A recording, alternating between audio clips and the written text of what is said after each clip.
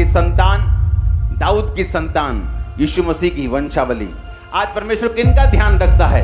जो आत्मा के अनुसार चलते हैं। बाइबल कहती है जब आप शरीर के सामने झुक जाएंगे तो बाइबल कहती है आप में परमेश्वर का जीवन फिर नहीं है। रूत ने फैसला किया कि वो शरीर के सामने नहीं झुकेगी, वो अपने शरीर की क्रियाओं को पूरा करने का प्रयास नहीं करेगी। और अगर आप ध्यान से पढ़ेंगे तो रूत से ओबेद, ओबेद से यशे और यशे से दाऊद उत्पन्न हुआ। यानी रूत जो थी वो दाऊद की परदादी बनी।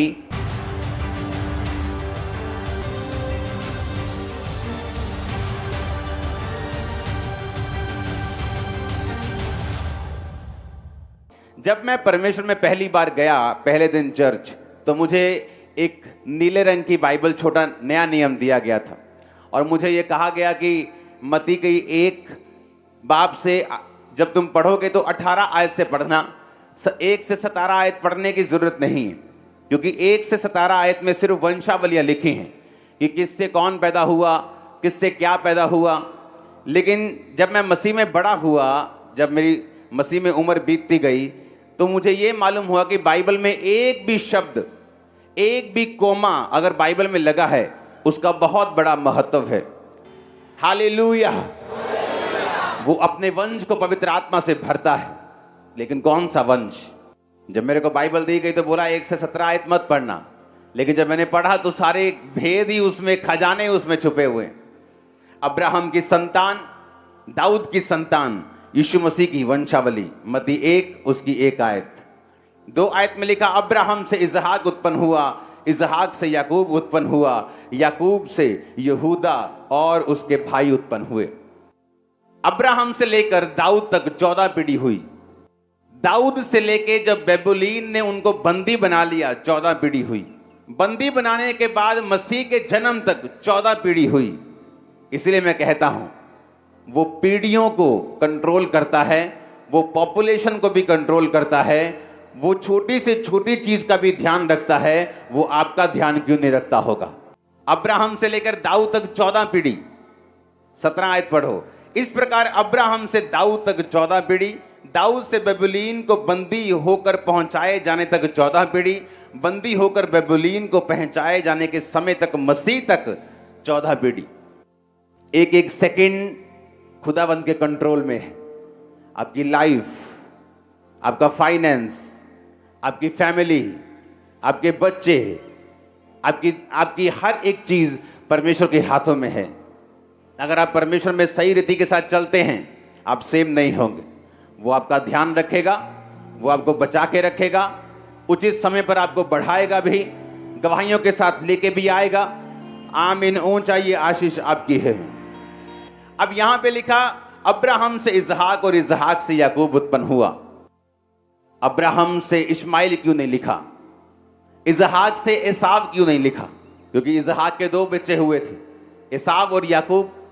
लेकिन जब वंशावली लिखने का समय आया कि किस वंशावली से जीसस क्राइस्ट पैदा होंगे, तो एसाव का नाम वहां नहीं था।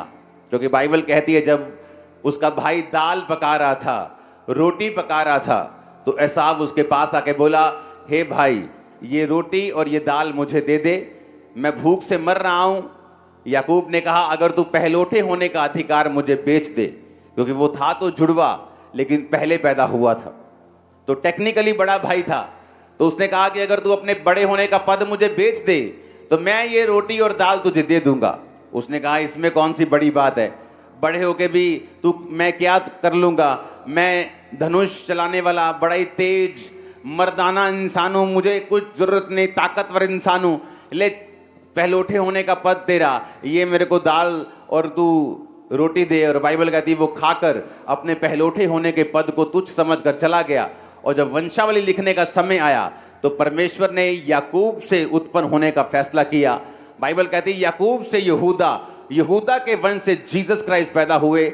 और इसीलिए एसाव का नाम वहां नहीं है, क्योंकि जितने विश्वासी अपने शरीर के अनुसार चलते हैं वो कभी भी परमेश्वर के ब्लड लाइन में नहीं जुड़ सकते। क्योंकि हर एक जन जो आत्मा के अनुसार नहीं चलता, बाइबल के मुताबिक वो परमेश्वर के ब्लड लाइन में जुड़ा नहीं हुआ।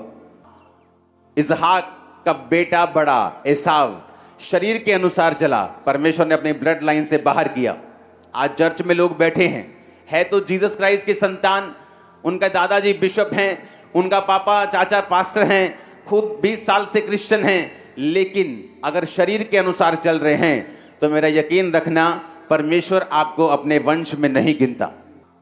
इसहाक से याकूब उत्पन्न हुआ, एसाव का नाम तक नहीं लिया क्योंकि परमेश्वर उसको जानता नहीं। आज परमेश्वर किनका ध्यान रखता है? जो आत्मा के अनुसार चलते हैं। इसलिए परमेश्वर ने कहा आत्मा के अनुसार चलोगे तो जियोगे। कहां पर जियोगे?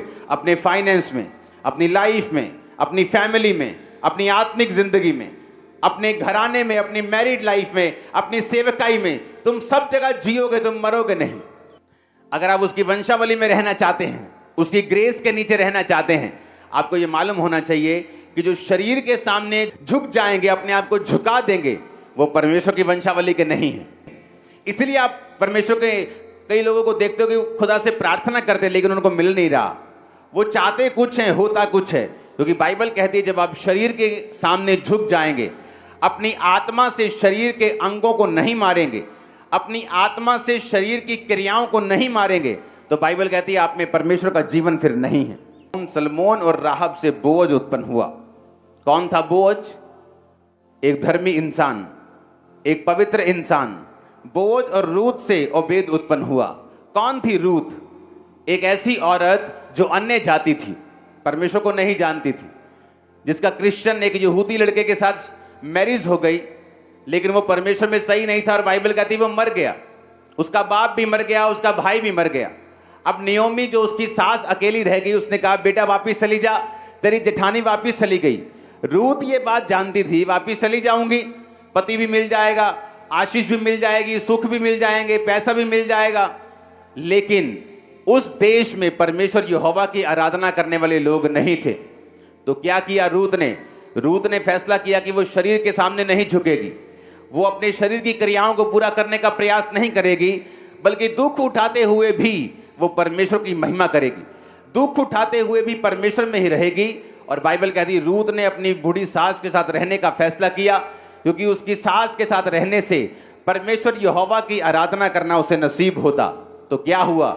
परमेश्वर ने बोअज नामक एक धर्मी पुरुष को भेजा, रूत के साथ उसकी शादी हुई। और अगर आप ध्यान से पढ़ेंगे तो रूत से ओबेद, ओबेद से यशे, और यशे से दाऊद उत्पन्न हुआ। यानी रूत जो थी वो दाऊद की परदादी बनी। बाइबल के मुताबिक रूत के वंश से ही जीसस क्राइस्ट पैदा हुए, क्योंकि दाऊद के वंश से यीशु मसीह पैदा हुए। एक स्टेप लिया कि मैं शरीर के कामों को सेटिस्फाइड नहीं करूंगी, मैं शरीर के पीछे नहीं चलूंगी, मैं परमेश्वर के पीछे चलूंगी। परमेश्वर की ब्लड लाइन में शामिल हुई, ग्लोरियस जीवन जिया, जो कुछ खोया था सारा कुछ वापिस पाया।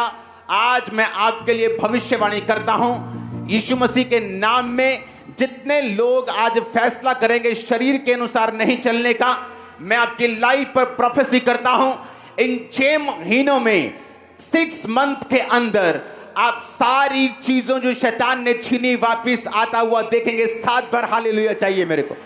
मेरे प्रियो, कई बार हमारी प्रार्थनाओं का जवाब ना आना भी हमारे लिए बड़ी ब्लेसिंग का कारण बनता है। कई बार ये हमारे लिए अच्छा संकेत होता है कि हमारी प्रार्थनाओं का जवाब नहीं आ रहा, क्योंकि इसी कारण हम प्रार्थना में लगे रहते हैं और ज़्यादा मेहनत करने को आगे बढ़ते हैं। क्योंकि परमेश्वर जानता है कि अगर हमारे एक ही प्रार्थना में एक ही बार में उन्होंने हमें जवाब और रिप्लाई दिया, हमारी ब्लेसिंग को रिलीज किया स्वर्ग, तो हम लेजी हो जाएंगे, हम प्रार्थनाओं को छोड़ देंगे फिर, क्योंकि वो चीज़ हमें मिल चुका होगा जिसके लिए हम परमेश्वर के साथ बैठ रहे हैं। और दूसरी जगह हम देखें तो कई बार ऐसे लोगों को हम देखते हैं चर्च में, कलीसियाओं में, कि जो फर्स्ट बार ही आता है, जो परमेश्वर को कभी नहीं जाना होता, वो चर्च पर आकर ब्लेस हो जाता है, एक ही दिन में वो चंगा हो जाता है, वो हील हो जाता है, उनका वीज़ा, उनका काम बन जाता है, सारा कुछ सही हो जाता है सिर्फ एक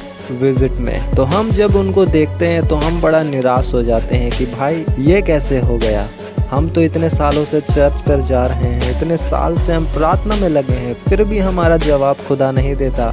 लेकिन ये एक दिन ही आया और इसका काम बन गया। तो मैं बता दूं मेरे दोस्तों कि जब आपके घर के बाहर कोई मांगने वाला आता है तो आप उसे कुछ देकर तुरंत भेज देते हो, लेकिन वहीं दूसरी ओर आपके घर में आपका बच्चा जब आपको एक चॉकलेट या बिस्कुट के लिए जिद करता है तो आप उसे मना करते हो और उस टाइम नहीं देते, पर आप उसके लिए बाद में पूरा का पूरा पैकेट लेकर आते हो और उसके लिए रखते हो और 1 बाय 1 उसे हर टाइम देते रहते हो। तो उसी तरह परमेश्वर के लिए इंसान भी है, क्योंकि परमेश्वर देखता है कि कौन मुझे चाहता है और कौन मेरी ब्लेसिंग्स को चाहता है, क्योंकि बस ब्लेसिंग को चाहने वाले परमेश्वर के नज़र में एक मांगने वाले के समान है, जो आज के डेट में हमारे घर के बाहर आकर हमसे कुछ मांगता है और हम उसे देकर भगा देते हैं।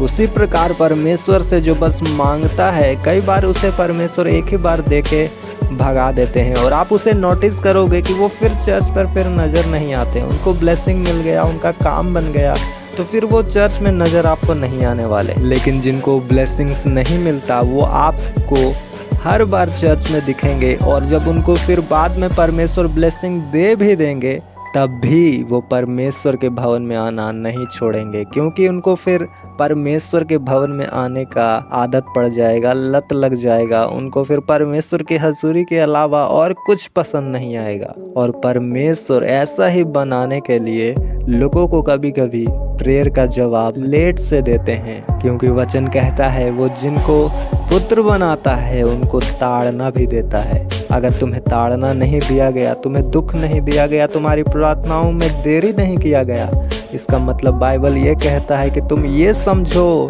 कि तुम पुत्र नहीं बनाए गए हो, क्योंकि अगर पुत्र बनाए जाओगे तो कंफर्म है कि तुम्हें ताड़ना होगा, तुम्हें दुख उठाकर मसीह में आगे चलना पड़ेगा।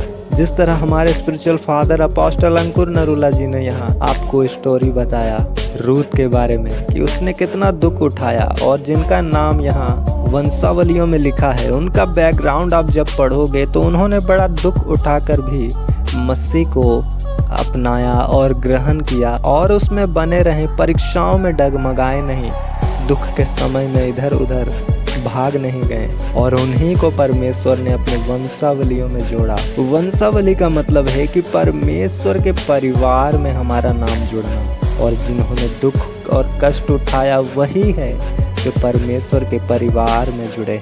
अगर आज आपको कुछ दुख दिया जा रहा है, आपका प्रार्थना को लेट हो रहा है, तो आप समझो कि आप परमेश्वर के परिवार का हिस्सा बन चुके हो। तो मेरे दोस्तों, ये वचन आपके लिए बड़ी ब्लेसिंग है। इसे सुने और अपने हृदय में अपनाएं और धैर्य के साथ में परमेश्वर के ताड़नाओं का आनंद लें और थैंक्सफुल रहें। तो हम मिलते हैं फिर से किसी और सरमन के साथ।